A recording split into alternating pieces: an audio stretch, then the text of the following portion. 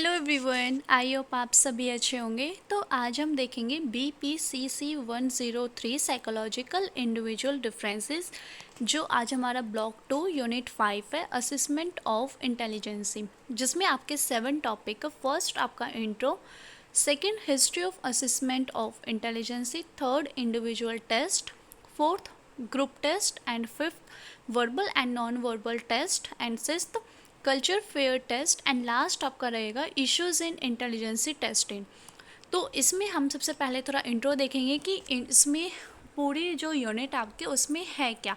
Overall इसमें जो आपका इंटेलिजेंसी का असेसमेंट है वो आपका सबसे ज़्यादा, हम बोल सकते हैं कि वो सबसे ज़्यादा हमारा मोस्टली रिसर्च टॉपिक होता है साइकोलॉजी में, क्योंकि जो इंटेलिजेंसी टेस्ट है ना वो डेवलप हुए थे अलग अलग थ्योरी ऑफ इंटेलिजेंसी पे। ठीक है, जो हम इंटेलिजेंस को असेस करते हैं उसमें क्या होता है कि हमारे बहुत सारे वाइड रेंज ऑफ एरियाज़ के ऊपर इसको आइडेंटिफाई किया जाता है। इसके ऊपर मतलब हमारे इंटेलिजेंसी के क्या है ना कि उस पर हमारे बहुत सारे मेज़र्स किए जाते हैं, उनके ऊपर टेस्टिंग की जाती है, ताकि हम उसको एक बच्चों की जो एवरेज आईक्यू होती है या फिर किस एज में होती है वो हम आइडेंटिफाई कर सके। उसमें बहुत सारे फंक्शंस होते हैं वो हम आइडेंटिफाई करते हैं, एंड ये स्पेशली आपकी एजुकेशन अचीवमेंट में एंड करियर रिक्वायरमेंट में आपकी हेल्प करते हैं।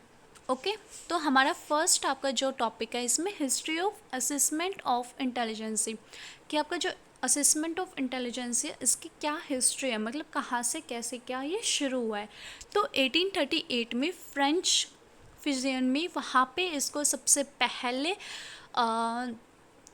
ये बोल सकते हो कि वहाँ पे ये शुरू हुआ था। वहाँ पे इसको बोल दिया गया था कि आप यहाँ से टेस्टिंग कर सकते हो। वहाँ से ये चीज़ शुरू हुई है जहाँ से हम इंडिविजुअल के जो लैंग्वेज होती है उसकी एबिलिटी को हम बेसिस पे वहाँ पे उसको आइडेंटिफाई कर सके, क्लासिफाई कर सके डिफरेंट डिफरेंट वे में। ठीक है, कि एक इंडिविजुअल किस तरीके से अपनी लैंग्वेज को यूज़ करता है, क्योंकि वो बहुत ज़्यादा डिपेंड होता है अपनी मेजरिंग ऑफ इंटेलिजेंसी पे। जो आपकी इंटेलिजेंसी होगी उसी के बेसिस पे आप बोलते हो अपनी लैंग्वेज के। हमारे माइंड में जो आता है वो हमारे फिर लैंग्वेज के थ्रू वो बाहर आता है। ठीक है, जो हमने जिस पे बात किया ये 1837 में ये सबसे पहले इस्टेब्लिश हुआ था। ठीक है, इसमें क्या है कि इसमें हमारा सारे के सारे जो ये हो सकता है कि हम इसको डिफरेंट डिफरेंट शेप में इसको कवर करा जाता है, मतलब हर एक चीज़ को इसको कवर किया जाता है। इवन जो ये टेस्ट हैं वो आज भी बहुत ज़्यादा यूज़ होते हैं। ठीक है, थर्ड इसमें पॉइंट ये है कि जो इंग्लिश बायोलॉजिस्ट हैं सर फ्रांसिस गैल्टन 1883 में, उनका भी यही मानना था कि इंडिविजुअल की एबिलिटी को प्रिसीव किया जाता है डिफरेंट डिफरेंट स्टिमुलस में, जो कि हमारे उसके साथ होते हैं जजमेंट एंड इंटेलिजेंसी के ऊपर। ठीक है, इसलिए ये माना जाता है कि जो ये टेस्ट है वो यूज़ किए जाते हैं हमारे इंटेलिजेंसी को मेज़र करने के लिए। ओके, तो जो सबसे पहला स्केल है वो है बिनेट सिमोन स्केल। ये आपका 1904 में आया था, जो फ्रेंच गवर्नमेंट ने इसको अपॉइंटमेंट किया था, अल्फ्रेड बिनेट ने डेवलप किया था ये। एंड वहाँ पे जो बच्चों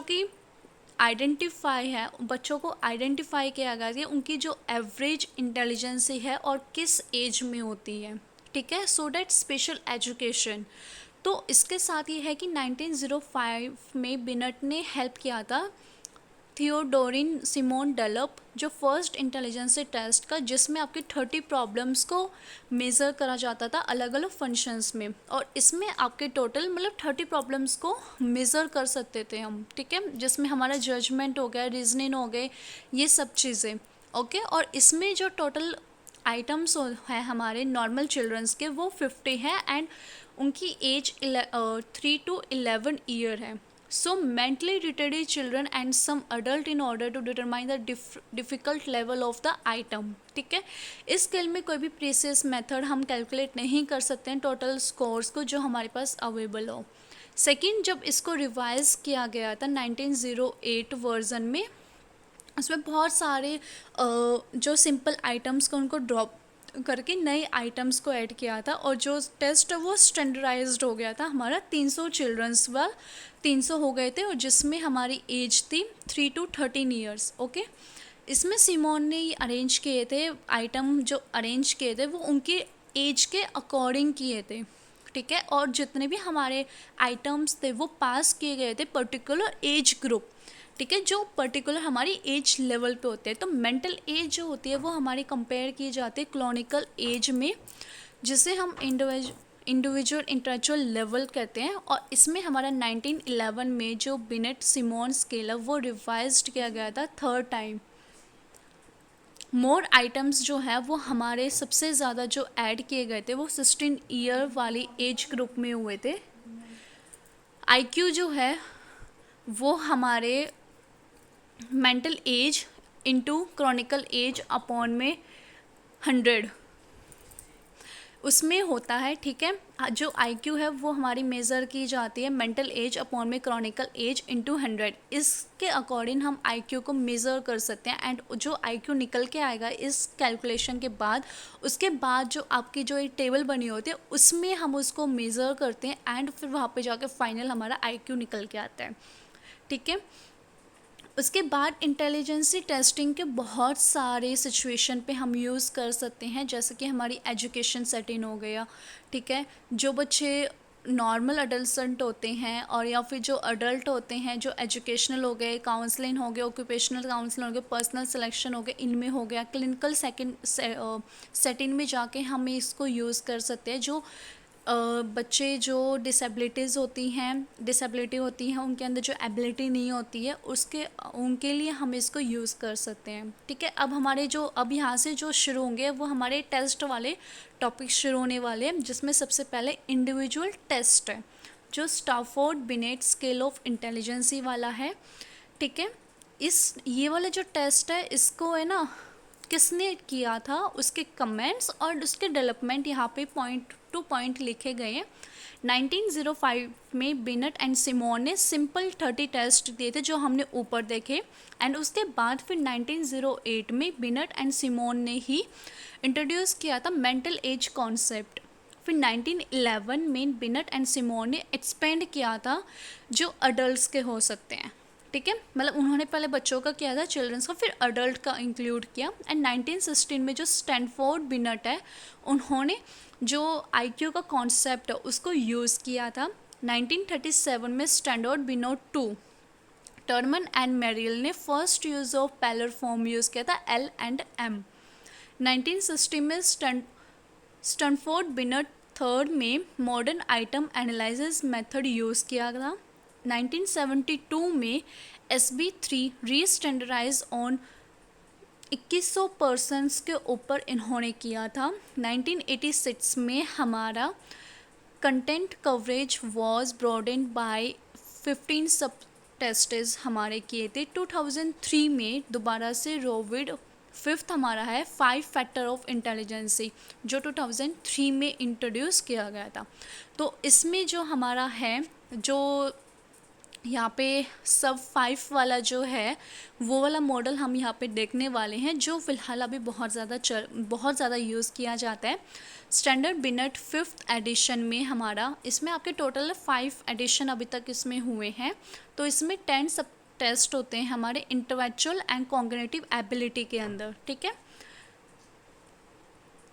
इसमें हमारे 5 फैक्टर्स है, जिसमें सबसे पहला fluid reasoning, knowledge, quantitative reasoning, visual, spiritual process and work in memory. ये 5 फैक्टर्स है जो सब टेस्ट हमारे इसमें मेज़र किए जाते हैं।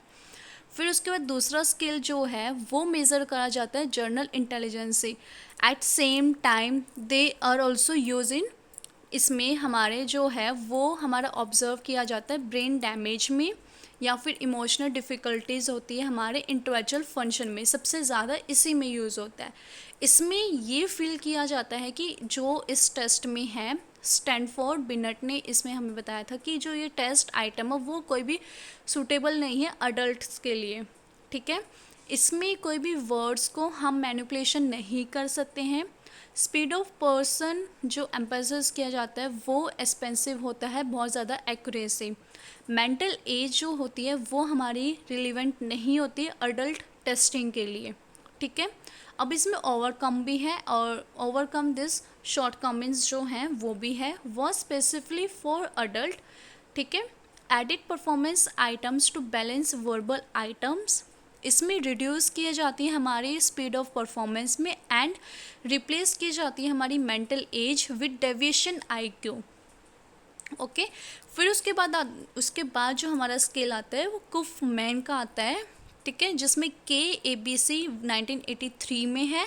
उसके बाद इंफॉर्मेशन प्रोसेसिंग थ्योरी जो दास ने दी थी वो 1984 में, एंड लूरिया ने 1966 में बताई थी। इसमें जो टेस्ट हम कॉम्प्रोमाइज़ करते हैं वो 7 टेस्ट ऑफ करते हैं, ठीक है। इसमें हमारे जो 7 टेस्टिंग्स होते हैं, जिसमें सबसे ज़्यादा जो प्रोसेसिंग एंड अचीवमेंट स्केल है वो 6 सब टेस्ट में डिवाइडेड है, ठीक है। फिर battery gives 4 global scores, and उसके बाद जो SD है वो हमारे टोटल स्कोर्स को जो सेट करता है 100 एंड 15 करता है, मतलब SD तो हमारे जो स्कोर्स है वो 100 एंड 15 करते हैं। फिर उसके बाद मतलब ये ओवरऑल आपके टेस्टिंग में कितने क्या हैं वो सब बताए गए हैं कि इस स्केल में कितने क्या सेट होते हैं, कितने कौन से इसके अंदर हमारे सब टेस्ट होते हैं, 3 होते हैं, 6 होते हैं, 7 होते हैं, वो सब है। फिर दास नागली कॉग्निटिव असेसमेंट सिस्टम DNCS, ये पब्लिश हुआ था लेट 1990s में। इसमें क्या है कि कॉग्निटिव प्रोसेसिंग को मतलब एनालाइज किया जाता था, इसमें वो होता है। तो ये जो टेस्ट है वो थियोरेटिकल बैकग्राउंड हमारा पास मॉडल ऑफ इंटेलिजेंस है, जो कि हमने पिछले यूनिट में हमने पास मॉडल के बारे में डिस्कस किया था। CS हमारा जो है वो हमारा वर्बल एज नॉन वर्बल सब टेस्ट मेज़र किए जाते हैं 4 बेसिस पे, जिसमें planning, attention, stimulation processing and successive processing, जो मैंने अभी बताया कि हमारे पास मॉडल को, ये चूँकि पास मॉडल की ये फुल डेफिनेशन है, फुल फॉर्म है, तो इसी के बेसिस पे है ये, ठीक है। इसमें क्या है CES वाले में हमारे जो चिल्ड्रंस है वो उनकी एज 5 से लेके 7 ईयर्स तक के है, जो साइकोमेट्रिक पॉइंट ऑफ व्यू से है, और ये टेस्ट हमारा साउंडेड है, ठीक है। उसके बाद जो हमारा सेकंड जो टेस्ट आता है वो हमारे इंडिविजुअल टेस्ट के ऊपर थे, वो सारे जितने भी हमारे स्केल्स और टेस्ट थे वो हमारे इंडिविजुअल के थे। अब हमारा ग्रुप टेस्ट है। ग्रुप टेस्ट में हम क्या है कि एक टाइम पे एक से ज़्यादा पर्सन को इंक्लूड करते हैं। ग्रुप इंटेलिजेंस टेस्ट अलाउ करता है हमारा testing the intelligence of civil person may be 100 at a time quickly and efficiently. मतलब ये वाला जो ग्रुप इंटेलिजेंस टेस्ट है ये हमें अलाउ कराता है कि जो हमारी इंटेलिजेंसी है ये बहुत सारे पर्सनस की हम साथ में टेस्टिंग कर सकते हैं, मे बी 100s भी हो सकते हैं टाइम पे, और ये बहुत ज़्यादा क्विकली भी होता है और एफिशिएंटली भी होता है। तो इसके फीचर्स क्या हैं? सबसे पहला multiple choice words open ended format, ठीक है। इसमें हमें कोई भी कोई भी ओपन एंडेड क्वेश्चंस हमें उनसे आस्क कर सकते हैं, फ्रीली रिस्पॉन्स होता है, ग्रुप टेस्ट होता है, और टुडे सबसे ज़्यादा ये यूज़ होता है। Quick and objective machine score versus examining scoring. Multiple choice items होते हैं जो हम यूज़ करते हैं। स्कोर भी ये है कि लेस टाइम होगा बिकॉज क्योंकि हमारे पास स्कोरिंग टेम्पलेट होता है जिससे हम यूज़ कर सकते हैं। फिर उसके बाद थर्ड हमारा फीचर होता है group versus individualise and administration.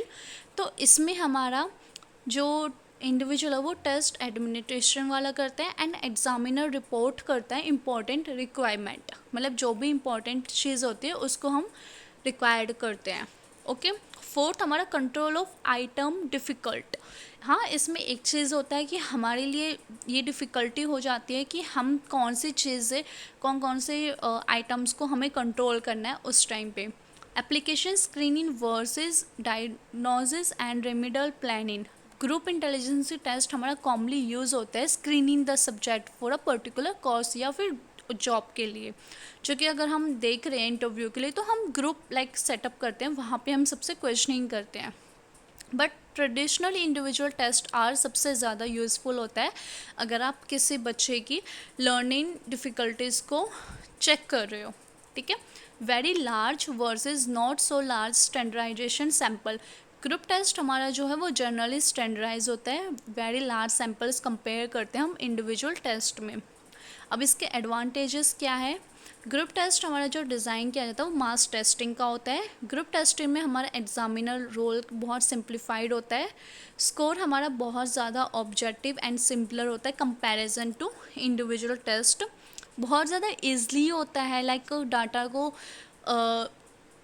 Arrange करना ग्रुप टेस्ट में। They provide better establishment norms. अब डिसएडवांटेजेस भी हैं साथ में। ग्रुप टेस्टिंग जो है वो बहुत ज़्यादा कम अपॉर्चुनिटी हमें देता है। ग्रुप टेस्टिंग हमारी बहुत ज़्यादा फ्लेक्सिबिलिटी होता है, ठीक है। और इनवैलिड स्कोर भी हमारे उसमें मतलब डिफ़िकल्टी हो जाती है उसको एनालाइज करना या उसको स्कोरिंग करना, ठीक है। फॉर एग्जांपल जैसे मल्टी डायमेंशनल एप्टीट्यूड बैटरी हो गया, कॉग्निटिव एबिलिटी टेस्ट हो गया, कल्चर फेयर इंटेलिजेंस टेस्ट हो गया, रेविन प्रोग्रेसिव मैट्रिक्स, ये आपके 4 टेस्टिंग है। तो ये फॉर एग्जांपल इसलिए दिए हैं कि ताकि ये जो टेस्ट है इनको हम ग्रुप टेस्टिंग में हम इंक्लूड नहीं कर सकते हैं, ओके। फिर आता है verbal and non verbal test. तो वर्बल इंटेलिजेंसी हमारी एबिलिटी, वो एबिलिटी को करता है जो हमारी प्रॉब्लम है उसको हम किस तरीके से लैंग्वेज के थ्रू उसको सॉल्व कर सकते हैं। नॉन वर्बल टेस्ट इंटेलिजेंसी वो एबिलिटी होती है जो हम एनालाइज कर सकते हैं जो भी विजुअल इंफॉर्मेशन को एंड सॉल्व कर सकते हैं बिना किसी वर्ड के, कोई भी बिना बोले ही हम उस प्रॉब्लम को सॉल्व कर देते हैं, ठीक है। फिर इसको कल्चर फेयर टेस्ट। अब इसमें बिटवीन 2 कल्चर ग्रुप है, ठीक है, और कल्चर डिफरेंसेस हैं। कल्चर मतलब डिफरेंट कल्चर ग्रुप मतलब वैल्यू डिपेंड एंड उसमें मोटिवेट होता है डिफरेंट बिहेवियर में। क्योंकि हमें पता है कि अगर हम 2 अलग पर्सन को ले रहे हैं तो उनका बिहेवियर, उनकी लैंग्वेज, उनकी reading experience, speed, environmental experience, ये सारे डिफरेंट होते हैं। तो वो चीज़ हमारी हो जाती है अलग, ठीक है। तो उसको हमें टेस्टिंग करना होता है। फिर लास्ट हमारा टॉपिक आता है, लास्ट हमारा टॉपिक है इश्यूज इन इंटेलिजेंसी टेस्टिंग। तो इंटेलिजेंसी टेस्टिंग हम फाइंड आउट करते हैं कि हम बच्चों की जो मेंटलिटी है, ठीक है, मेंटल एबिलिटी को डिफरेंट लेवल पे हम उनकी आइडेंटिफाई करते हैं ताकि हम उन्हें ट्रेनिंग या फिर उनका प्रोग्राम सेटअप कर सकें उनके लिए, ठीक है। इसमें हम ये पॉइंट आउट करते हैं, आईक्यू मेज़र करते हैं डिफरेंट इंटेलिजेंस, जैसे एनवायरमेंटल फैक्टर हो गया जो कि उसमें हमारी एजुकेशन की क्वालिटी होती है, हम स्टिमुलेशन को एक्सप्लोर करते हैं, हमारी नॉलेज होती है, तो उस नॉलेज के बेसिस पे हम कैसे करते हैं, ठीक है। तो वो टेस्टिंग करने में इश्यूज आ सकते हैं।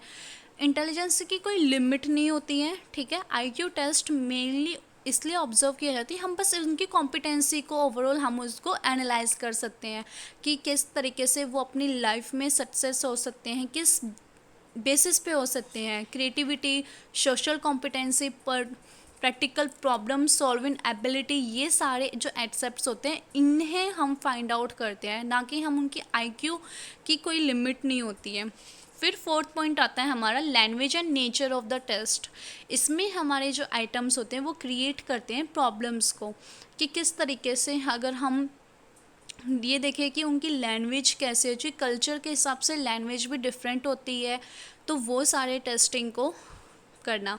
फिर उसके बाद लास्ट हमारा पॉइंट बचता है intelligence testing of infant and pre Schuler has also be question in sensitive accuracy and predictive value. तो ये हमारा है कि हम इसमें ओवरऑल ये करते हैं कि किस तरीके से हमें इंटेलिजेंसी टेस्टिंग करनी है, लेकिन उनसे क्वेश्चनिंग करके, कि अगर हमें पता होना चाहिए कि हमें उनसे कैसे क्वेश्चनिंग करनी है ताकि उनको वो चीज़ चुभे ना और उनके हम एनालाइज कर सके। तो ओवरऑल ये था इस यूनिट में एंड होप आपको समझ में आ गया होगा। कोई डाउट हो तो मैसेज करके बता देना। Bye bye.